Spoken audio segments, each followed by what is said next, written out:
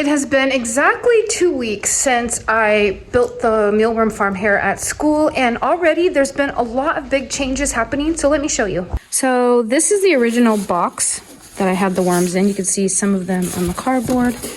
Just gonna pop these up. And then underneath, they're eating up the paper. So let's move this out of the way.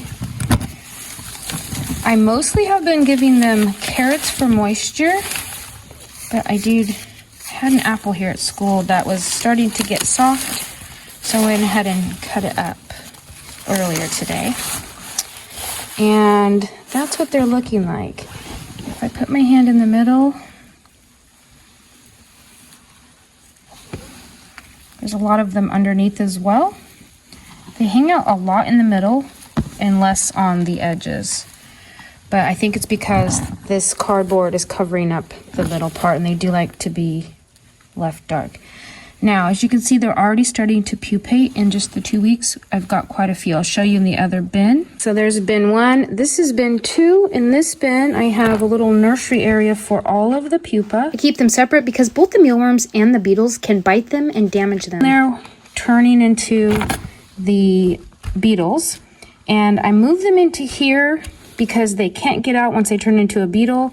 I have a little piece of carrot in there. They don't catch them right away, so they have some moisture. I've already had several gone through the cycle. They are now beetles. I've got some little flies in here I need to deal with. Let me see if I can find a beetle. I think there's 4 or 5 is all. Here's one right here.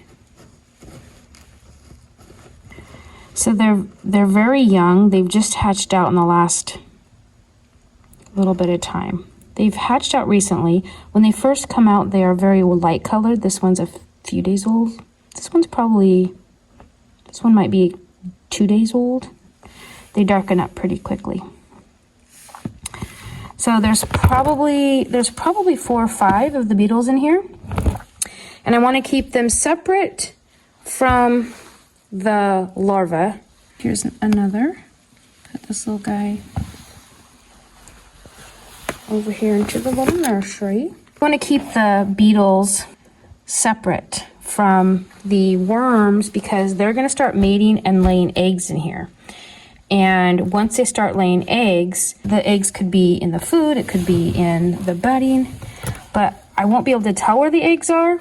I know there's no eggs in here, so in a few weeks, if I want to try to harvest some of the frass out for the garden, you can see this, see how it gets that little, I don't know if you can tell, but it gets pretty fine. All that fine stuff is actually frass. It's not oats.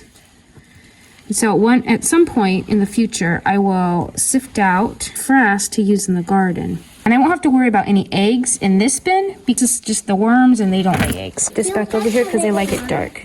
I'm going to put this back together. It's pretty low maintenance. They have eaten a lot of that newspaper. I haven't added any more oats. And I'll put this down. They do like to have it dark, and from the research that I've read, they actually grow best with just a little bit of light and mostly dark. So they can come out to the edges if they want and get light, or they can be under the dark. Same with this group. The ideal temperature for them to grow at the fastest rate is in the high 70s to low 80s, and in this room, it's anywhere between 65 probably up to 70 on nice days when the sun comes in. When class is in, I do set it at 68, and then I'm sure with the kids and everything, and as the day goes on, it gets a little warmer in here, but during the nighttime, it definitely gets colder in here.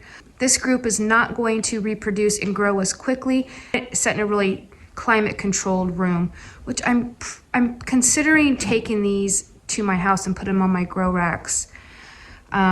I have dwarf tomato seeds coming in. I'm going to get those going. And so my room is nice and toasty with those grow lights going. So they might be changing location soon until springtime where it's going to be more warm.